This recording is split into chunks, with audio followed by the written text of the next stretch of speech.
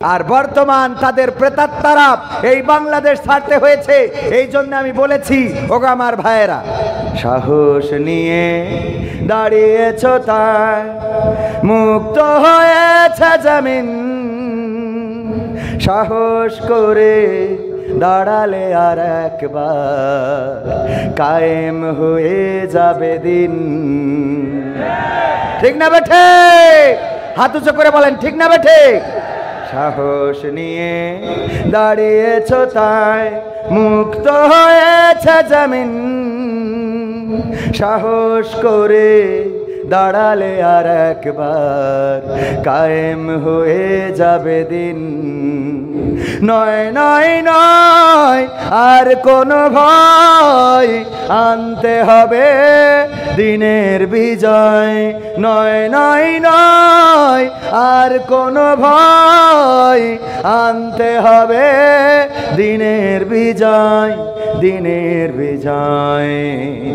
যারা ভেবেছিল ছাড়বে না আর ক্ষমতার ওই মাসনদ, দেখেছে তারা রবের পাকড়াও কি করে করে নাস্তানাবুদ। যারা ভেবেছিল ছাড়বে না আর ক্ষমতার ওই মাসনদ, দেখেছে তারা রবের পাকড়াও কি করে করে নাস্তানাবুদ। তাই নয় নয় নয় আর কোনো ভয়, আনতে হবে দিনের বিজয়, দিনের বিজয়। মানুষের সাথে যারা করেছে দুশ্মনী, করেছে বাড়াবাড়ি, দেশের বুকে তাদের হয়নি তো জায়গা, যেতে হলো মামার বাড়ি। মানুষের সাথে যারা করেছে দুশ্মনী, করেছে বাড়াবাড়ি, দেশের বুকে তাদের হয়নি তো জায়গা, যেতে হলো মামার বাড়ি। তাই নয় নয় নয় আর কোনো ভয়, আনতে হবে দিনের বিজয়, দিনের বিজয়। কাবা রক্ষাই যেই মহারব পাঠিয়েছিলেন আবাবিল, আজও তিনি দয়াময় তেমনই আছে, বদলেনি তো একদিন। ঠিক না বে? ঠিক বিশ্বাস হয় না? কাবা রক্ষায় যেই মহান রব আবাবিল পাঠিয়েছিল, তিনি কি এখন বৃদ্ধ হয়েছেন? নাউজুবিল্লাহ, বৃদ্ধ হন নাই, বয়সও হয় নাই, বরং যেমন ছিলেন তেমন আছে। এখনো যদি কোন মুসলমান রাজপথে ঝাঁপিয়ে পড়ে, যেইভাবে 5ই আগস্টে স্বৈরাচারের পতন হয়েছে, কোরআন বুকে নিয়ে যদি রাজপথে নামতে পারেন, আল্লাহর কসম করে বলি, আগামীর দিন হবে কোরআনের দিন, আগামীর দেশ হবে ইসলামের দেশ।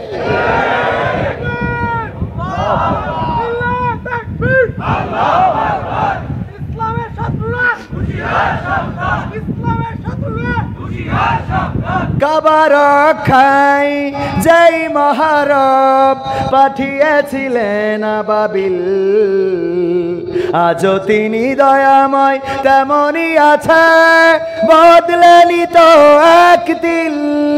তাই নয় নয় নয় আর কোনো ভয়, আনতে হবে দিনের বিজয়, দিনের বিজয়। সাহস নিয়ে দাঁড়িয়েছো তাই মুক্ত হয়েছে জমিন, সাহস করে দাঁড়ালে আর একবার কায়েম হয়ে যাবে দিন। 1952-তে আমরা রাস্তায় নেমেছিলাম ভাষার জন্য, রক্ত দিয়ে প্রমাণ করেছিলাম এই বাংলাদেশের মাটিকে লাল করতে জানি, সবুজ ঘাসকে রক্তে রাঙাতে জানি, বীজ ঢালা কালো পাতকে লাল করতে জানি, কিন্তু মায়ের ভাষার অধিকার ছেড়ে দিতে জানি না। 1971-এ আমরা রাজপথে নেমে প্রমাণ করেছিলাম, ওগো পাকিস্তানি হানাদারেরা, তোমরা দেখে নাও, আমরা লাখে লাখে শহীদ হতে জানি, কিন্তু বাংলাদেশের মানচিত্রের অধিকার ছেড়ে দিতে জানি না। আগস্টে আমরা রাস্তায় নেমেছিলাম, জুলাই থেকে আন্দোলন শুরু হয়েছিল। ৩৫শে জুলাই আমরা বিজয় অর্জন করে দেখিয়ে দিয়েছিলাম আমরা নিরস্ত্র হতে পারি, তবে আমরা রক্ত দিতে কার্পণ্য বোধ করি না। আমরা রক্তের সাগর ঢালতে জানি, কিন্তু স্বৈরাচারের শাসন মেনে নিতে জানি না। একইভাবে যদি আগামীর দিনে কোরআন বুকে নিয়ে রাজপথে নামতে হয়, কোরআনের জন্য যদি রক্ত ঢালতে হয়, সেই রক্তের সাগরে যদি সাঁতার কাটতে হয়, সাঁতার কেটে কেটে একটি রক্তাক্ত বিপ্লবী কালেমার পতাকা বাংলার জমিনে উড়াতে রাজি কারা কারা? দুটি হাত দেখতে চায়।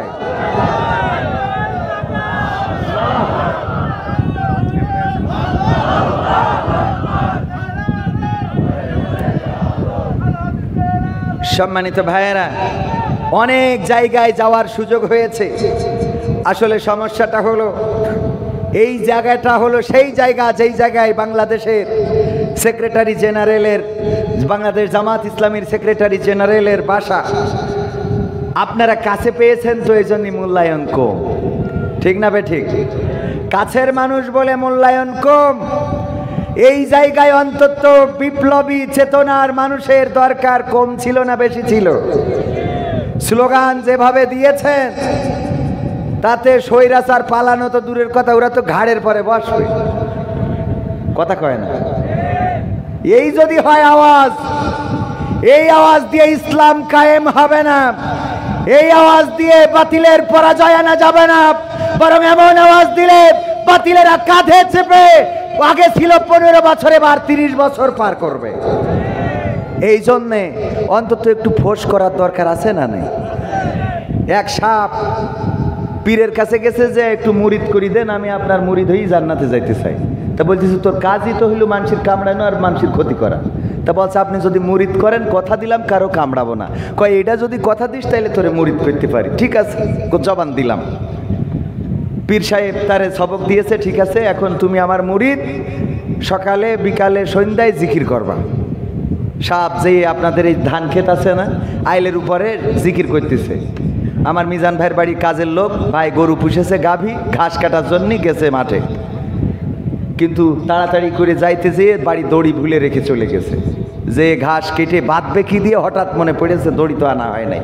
সন্ধ্যা, সূর্য ডুবে গেছে, সন্ধ্যার ওই যে আলো আধারের মধ্যে খুঁজতে খুঁজতে হঠাৎ দেখে আইলের পরে পড়ে আছে। এমনভাবে মনে করিছে এটা কলার সুবলা। আপনারা কি বলেন? কলার খুসা বা কলার ডেগো বা কলার সুবলা যাই বলেন, এইটা মনে করি ওইটা কায়দা করে দিয়ে ঘাস বাইদে নিয়েতে বাড়ি এসেছে। আইলে ওরা সাপ দিয়ে যদি ঘাস বাঁধে, ওর কি ঘাড় আর থাকার কথা? ও ঘাড় ব্যাখ্যা করে নিয়ে যখন খুলে দিয়েছে, পীর সাহেবের কাছে যেয়ে বলছে, পীর সাহেব আমি মুরিদ হই বড্ড অন্যায় করে ফেলেছি। কেন? দেখেন দিন ঘাড় আর লেজ আছে, মাথার পাছা তো শেষ। এমন কি করে হলো? মুরিদ বলল, আপনি আমাকে বলেছেন কামড় দেয়া যাবে না, আমি যেন মানুষকে কামড় না দিই। কথা দিয়েছি পীর সাহেব কাউরে কামড়াবো না। আইলের উপরে জিকির করছিলাম আপনার কথা মতো সন্ধ্যাবেলায়, আর জিকির করার সময় মিজান ডাক্তারের বাড়ির কাজের লোক তার গাভীর জন্যে ঘাস কাটতে এসে দড়ি বাড়ি থেকে আনে নাই, আর আমারে দড়ি হিসাবে ব্যবহার করেছে। পীর সাহেব বলছে, ওগো সাপ তুমি কামড়াবা না, এটা তো আমার কাছে জবান দিয়েছো, কথা ঠিক আছে, কিন্তু যখন তোমার ধরেছে তখন কি একটু ফোঁস করতে পারো নাই? বোঝেননি? তোমার তো ফোঁস করতে মানা করি নাই, কামড়াইতে নিষেধ করেছি, এটা ঠিক, কিন্তু তুমি যদি একটু ফনা তুলতে, যদি একটু ফোঁস করে উঠতে, তাইলে মিজান ডাক্তারের ওই কাজের লোক ঘাস নেয়া তো দূরের কথা, বরং ওই ঘাসের ওখানে লুঙ্গিটা খুলে বাড়ি আসতো। ঠিক না বে ঠিক? এই জন্য ফোঁস করার দরকার আছে না নাই?